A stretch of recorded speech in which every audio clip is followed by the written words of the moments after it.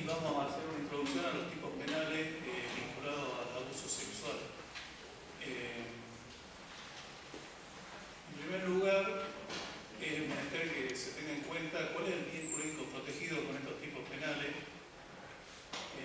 Fueron introducidos oportunamente por la ley 25087 y actualmente la reforma de la ley 27352 introduce otra figura al esquema de estos delitos de ataque sexual.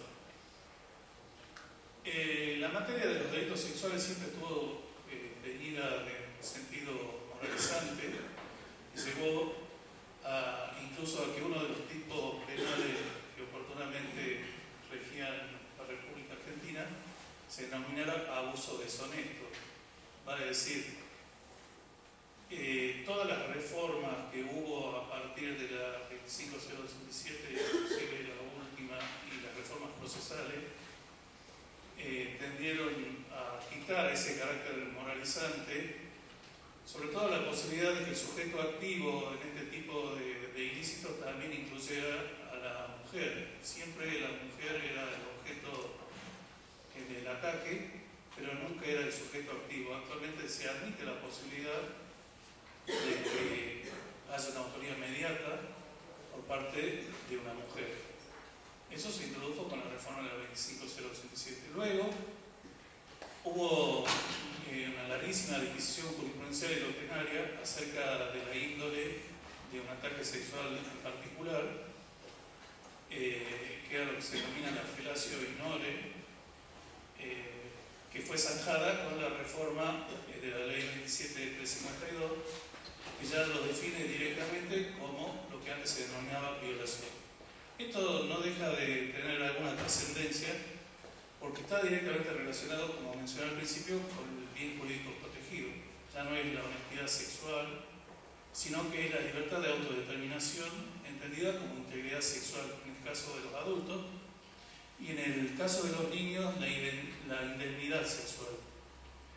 Se presupone que los niños hasta 13 años carecen de la posibilidad de elegir y de tener madurez suficiente para mantener relaciones sexuales, por lo tanto hay un tope en la edad de 13 años y menos para ser sujetos pasivos del ilícito, por eso se habla de indemnidad sexual. Luego hay una franja etaria entre 13 y 16 años, que es lo que antes se llamaba estupro, terminológicamente sería abuso sexual por apercibimiento de la inmadurez sexual de la víctima, que presenta una serie de dificultades en cuanto a la interpretación, sobre todo lo he notado cuando se trabajó en la ruta crítica del embarazo adolescente con los sectores de la salud pública. Esto es, si era necesario o no poner en conocimiento a las autoridades de este tipo de ilícitos. Esto vinculado a la interrupción legal del embarazo. Bueno, pero antes de ingresar a ese tema, en lo que respecta a la reforma que acabo de mencionar, ha zanjado esta situación de la felatio in ore, que tiene la misma entidad de lo que antes se denominaba violación. Es decir, el acceso carnal por vía vaginal, anal y también bucal tienen la misma pena. Esto tiene relevancia porque algunos jueces y doctrinarios ubicaban la felatio in ore en un abuso sexual gravemente ultrajante. La estructura del tipo penal del artículo 119, que es el artículo que establece cuáles son las figuras de ataque sexual, la podemos dividir en tres diferentes tipos de ataque: abuso sexual simple, abuso sexual gravemente ultrajante y abuso sexual con acceso carnal, que ahora incluye la felatio in ore. Esto tiene trascendencia no solo por el monto de la pena, sino por la modalidad comisiva. El abuso sexual simple me parece que es la figura que protege realmente en el sentido estricto de la integridad sexual en cuanto a la libertad de elegir cómo y bajo qué circunstancias mantener relaciones sexuales. Con la acotación de que las víctimas menores de 13 años no tienen esta posibilidad de elección, se las incluye directamente, por eso el tipo penal incluye el elemento tipo objetivo, la edad, y luego hace falta respecto al resto de la franja etaria, incluida la de entre 13 y 16 años, que exista amenaza, intimidación, abuso del poder por relación de dependencia o de autoridad, o aprovechándose de que la víctima por cualquier causa no haya podido consentir libremente la acción. Vale decir, esto es la estructura básica del tipo. Luego, el abuso sexual gravemente ultrajante es una modalidad agravada de este abuso sexual simple, y lo que normalmente se denomina violación, que es abuso sexual con acceso carnal, también es otra modalidad agravada. Digo que es agravada por la pena que amenaza todos estos tipos penales. En el caso del abuso sexual simple va de 6 meses a 4 años. En el caso del abuso sexual gravemente ultrajante va de 4 a 10 años. Y en el caso de lo que se denominaba antes violación, yo hablo de violación, no es la rúbrica que está actualmente vigente, sin embargo permite una mejor comprensión de este fenómeno, va de 6 a 15 años. Luego hay modalidades agravadas de los dos primeros, del segundo y tercer párrafo, vale decir, abuso sexual gravemente ultrajante y abuso sexual con acceso carnal. Luego hay otra modalidad agravada del abuso sexual simple. La razón de ser de esta agravante tiene que ver con otros ataques que terminan convirtiendo al abuso sexual en una figura pluriofensiva, porque no solamente ataca la integridad sexual o la identidad sexual, sino también en muchos casos la salud de la víctima, o hay una mayor energía criminal puesta de manifiesto por la cantidad de personas intervinientes, o también se afecta el vínculo familiar cuando se trata de ascendientes, descendientes, afines, líneas rectas, hermanos, tutores, etc. También hay un plus de ejercicio de violencia cuando se tipifica como agravante el uso de armas. Y también la particular situación del autor como miembro de las fuerzas de seguridad o fuerzas policiales en ocasión de su función. Acá, además de afectar la integridad o la integridad sexual, se afecta el recto ejercicio de la función pública, porque realmente el agravante se justifica en cuanto a, siendo un funcionario público, poner en riesgo el funcionamiento de la administración pública y además afectar la salud de la víctima. Esta básicamente la reforma introducida, pero vamos a entrar a la reforma esta es la reforma introducida por la ley 25087, y la última reforma, que es bastante reciente, de la ley 27352, incluye, como les decía, el acceso carnal por vía oral y además incluye los actos análogos a esto, como la introducción de objetos o parte del cuerpo por alguna de las dos primeras vías, vale decir, acceso por vía vaginal, acceso por vía anal.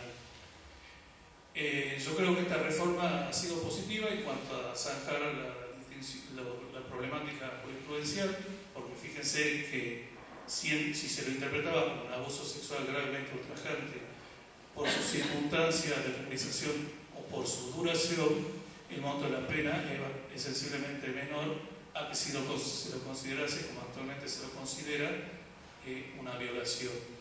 Porque en el primer caso va de 4 a 10 años y en el segundo caso la pena va de 6 a 15 años. Por lo tanto, creo que desde el punto de vista de los derechos de la mujer y de la protección integral de la mujer a través de que se propende con la Convención de Belém do Pará, creo que es altamente positiva la reforma. Hechas estas aclaraciones, en lo que respecta a lo que interesa el abordaje desde el punto de vista institucional de la actuación de los fiscales, tengo que decir que a partir de enero del 2016 se instituyó el Ministerio Público de la Acusación como el órgano que de manera exclusiva y excluyente persigue los delitos de acción pública, y lo más importante, se estableció su autonomía funcional. Hago referencia a esta cuestión porque la autonomía funcional nos da independencia respecto a la actuación del Poder Judicial y está dentro de los esquemas de lo que se denomina el modelo procesal acusatorio o adversarial, y tiene importancia porque ahora la política criminal, que sería una política criminal de segundo grado ejercida por el Ministerio Público de la Acusación, permite emitir instrucciones y adaptar protocolos a cada problemática. La estructura del Ministerio Público de la Acusación es una estructura jerárquica, pero a la vez flexible, y esta flexibilidad permite una mayor desformalización y celeridad en el abordaje de las causas penales. En este sentido, desde la Fiscalía General se ha establecido un protocolo de actuación respecto a los abusos sexuales de niños, niñas y adolescentes, que en general sigue en los lineamientos del protocolo que se utiliza en el Ministerio de Salud y todos los protocolos que tienen que ver con dos cuestiones básicas que deben ser tenidas en cuenta por los operadores del sistema de salud pública en coordinación interinstitucional con el Ministerio Público, y que son la protección del interés superior del niño y la recolección de pruebas. Ustedes saben que el proceso penal es el ámbito donde entra en tensión la necesidad de la persecución penal pública y la preservación de las garantías constitucionales, a lo que yo le agregaría la necesidad de proteger los derechos e intereses de la víctima.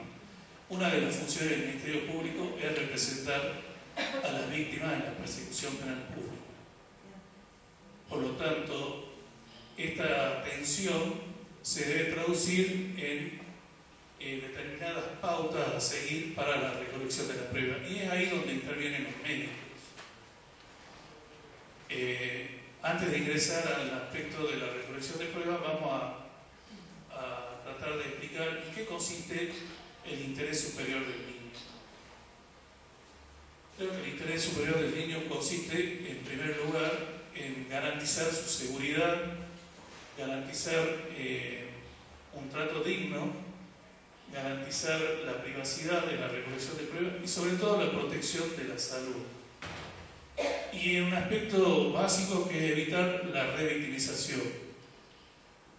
Muchas veces la prueba en un determinado proceso, sobre todo en el aspecto en los procesos donde se investigan delitos sexuales, la prueba puede aparecer contaminada, no solamente la prueba física o la prueba de material biológico, sino también las declaraciones testimoniales. Por lo tanto, es fundamental que los operadores del sistema de salud pública eviten, en lo posible, recibir las declaraciones de los menores y permitir que eso sea recibido dentro de los parámetros de una cámara GESEL para garantizar que esa prueba ese indicio, porque acá hay que hacer una distinción.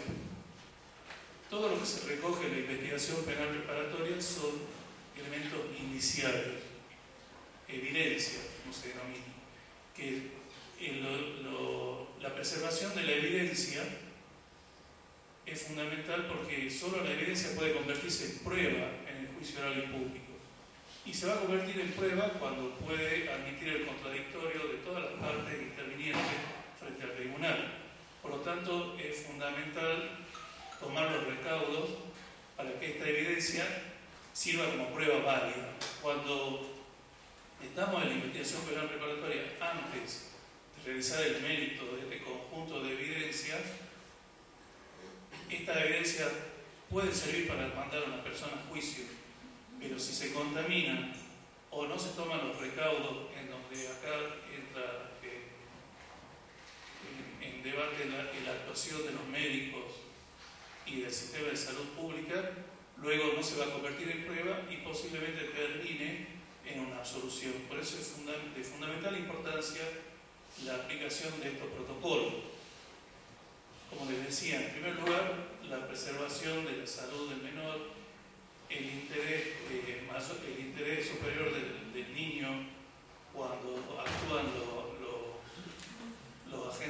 de salud pública que implica preservar todos estos ámbitos de ejercicio de derechos o intereses de los niños. Salvo que el niño quiera declarar espontáneamente, hay que tratar en lo posible de no recibir la declaración del niño. Y si declara espontáneamente, registrarlo de alguna manera. Esa es la primera pauta de este protocolo de actuación. ¿Cómo se puede registrar? No hay una formalidad para registrarlo. Nadie, yo creo que hay muy pocas personas que no tienen celulares. Es factible grabar la declaración espontánea de ese niño, en la medida en que sea eso, espontánea, porque actuar en su esfera de decisiones, exigiendo explicaciones o preguntando qué es lo que pasó de forma muy concreta puede afectar, y quizás puede afectar el tenor de su declaración, y quizás sea la única oportunidad en que el menor hable. De ahí la necesidad de registrar de la mejor manera posible esta declaración espontánea. Pero si el niño permanece sin declarar, bueno, digamos, el agente sanitario o el imperante del sistema de salud pública no debería exigirle que declare la circunstancia, el modo, tiempo y lugar en que fue víctima del ilícito. Esto quiero que quede claro, es decir, va a ser importante que registren la declaración espontánea, mas no pueden indagar más allá ni pedir mayores precisiones al menor, porque eso tiene que ver con proteger su salud psicofísica, sobre todo la salud psicológica del menor. Se trata, en definitiva, de que haya una sola declaración. Y para que haya una sola declaración, en general, se registran a través de un sistema que se denomina cámara GESE. Oportunamente, cuando hay una persona sindicada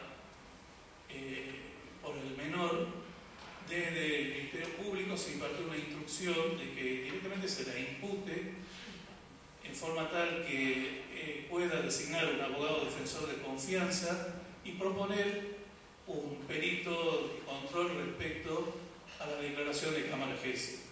Antes de que esto ocurra, en el ámbito del Poder Judicial regía una acordada, que era la acordada 200, en donde como protocolo de actuación se imponía la necesidad de declarar, de que la declaración presentada por cámara GESE sea notificada al defensor de pobres y ausentes. Y dentro de nuestro sistema procesal o de enjuiciamiento, al no haber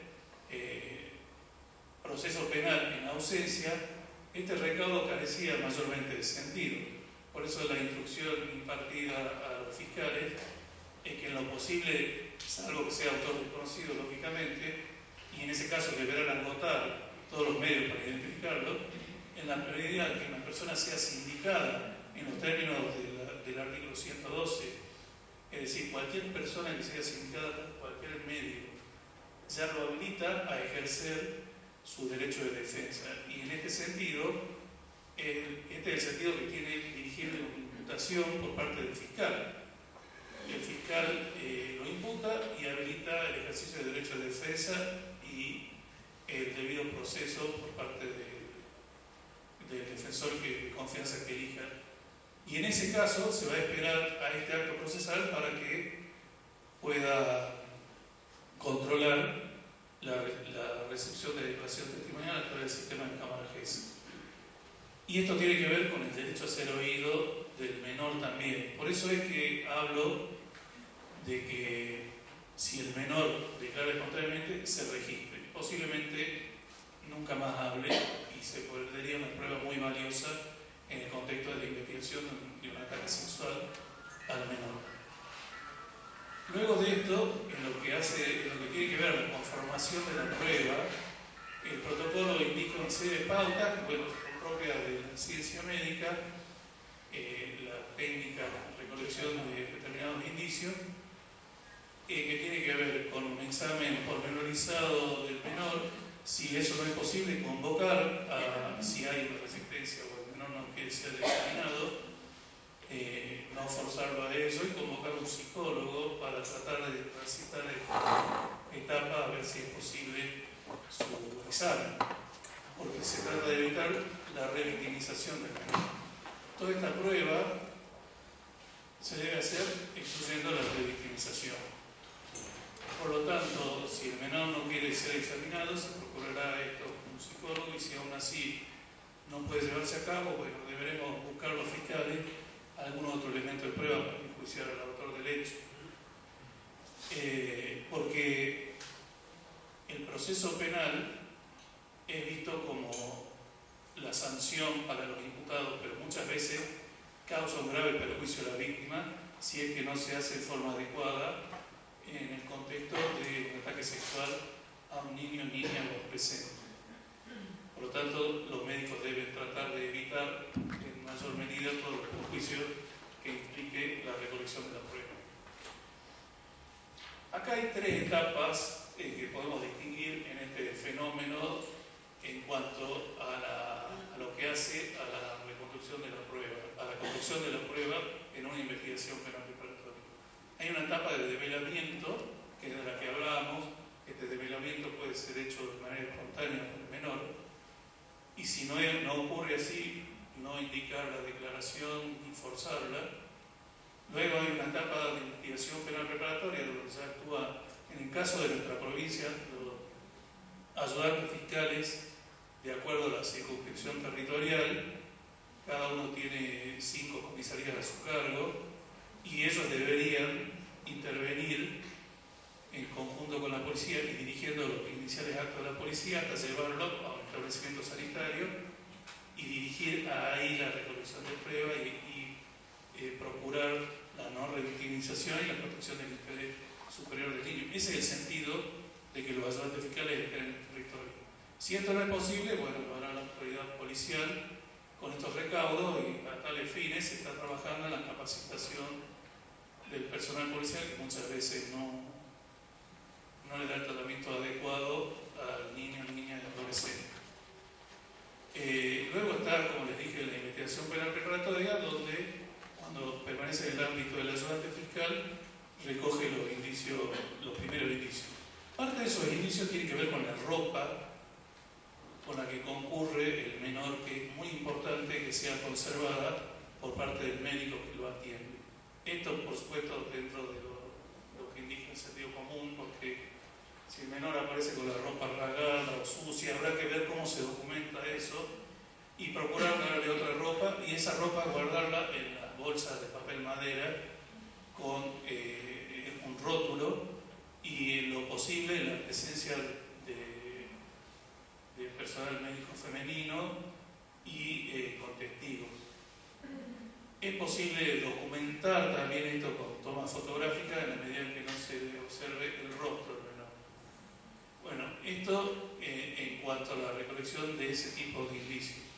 Luego están los indicios propiamente tienen que ver con la ciencia médica, de su recolección a través de los hisopados. Se debe hacer un hisopado vaginal, un hisopado anal, un hisopado bucal. Se debe ubicar de acuerdo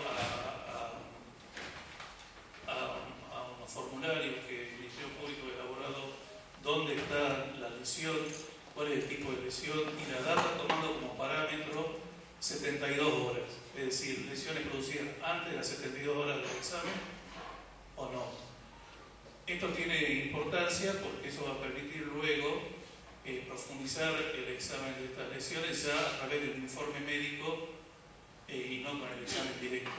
La idea de preservar el interés superior del niño es que todas estas pruebas se hagan de una sola vez para evitar la revictimización. Por lo tanto, en muchos casos hubo en el ámbito del Ministerio Público que el menor es directamente derivado al hospital de niños para que se recoja esa prueba, con la concurrencia del médico del Ministerio Público.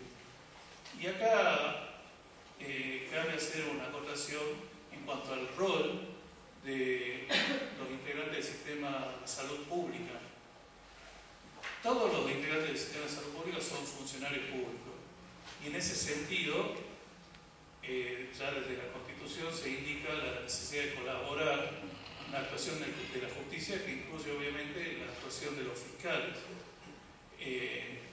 Por lo tanto, se hace necesario que el examen del niño sea hecho en el hospital del niño. Eso es lo que indica el protocolo. Cuando son adultos sí pueden ser examinados en el ámbito del Ministerio Público a través de los médicos forenses, pero dada la especialidad, entiendo que ese examen debe ser hecho acá, independientemente de dónde se haga la denuncia. Por eso, este esquema de actuación territorial por parte de los ayudantes fiscales hace que el ayudante fiscal lo traiga necesariamente al niño a este hospital para su examen, porque ese examen debe ser hecho en esa única oportunidad, tomando los recaudos del protocolo. Yo no sé si ustedes tienen los anexos y los formularios del protocolo elaborado por el Ministerio Público, si eso está acá en el hospital de niños. Bueno, habrá que ver de compatibilizar el protocolo con el que elabora el Ministerio de Salud Pública. Pero yo quería hacer esta acotación porque es importante que se tenga en cuenta, porque ustedes son los primeros que tienen contacto con la víctima. Es necesario cumplir con esos formularios y con este protocolo. En definitiva, luego del hisopado, como les dije, ver la posibilidad de que el menor permanezca internado un lapso suficiente para procurar el examen, si ese examen no es posible de inmediato. Y lo más importante, como les dije, es que sea hecho por esa única vez.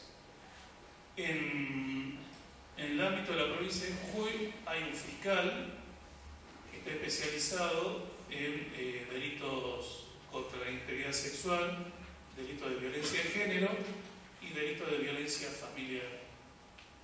Está previsto en la legislación que haya 6 en toda la provincia, sin embargo estos cargos no fueron cubiertos porque resta realizar los concursos correspondientes. Por ahora hay 2 fiscales, uno que actúa en toda la provincia con excepción de la circunscripción de San Pedro, Libertador y el Ramal, que es el doctor Bossati, y en la zona de San Pedro y de Libertador está el doctor Blanco.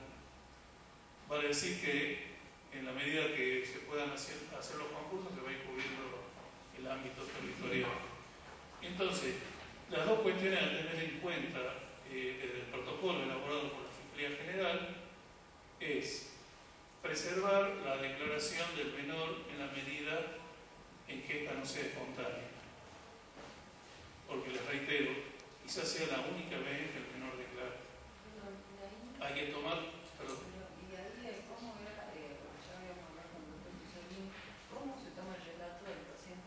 Si es un relato espontáneo, se lo puede grabar con un celular, se lo puede registrar de la mejor manera posible.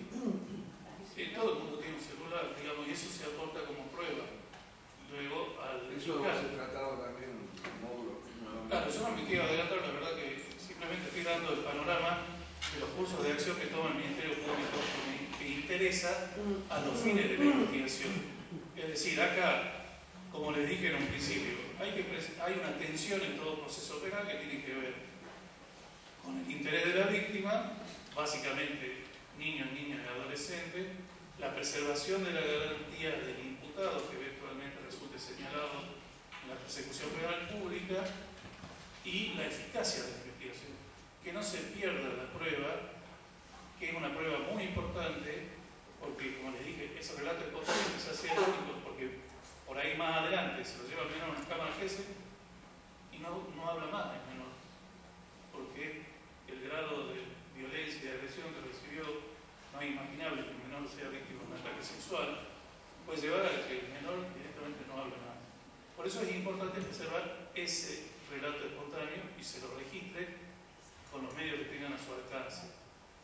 Que concurra un psicólogo a proteger la integridad psicológica del niño y luego, en lo que respecta a las muestras orgánicas, tomar los recaudos respecto a los hisopados en estos tres ámbitos, anal, vaginal y bucal, la identificación de las lesiones, la data de las lesiones, tomando como parámetro antes de las 72 horas o no. Básicamente de eso se trata el protocolo y por supuesto la preservación del interés superior del niño y la necesidad de que el niño sea oído. En eso hacía hincapié respecto a la posibilidad de un relato espontáneo. Eso es básicamente.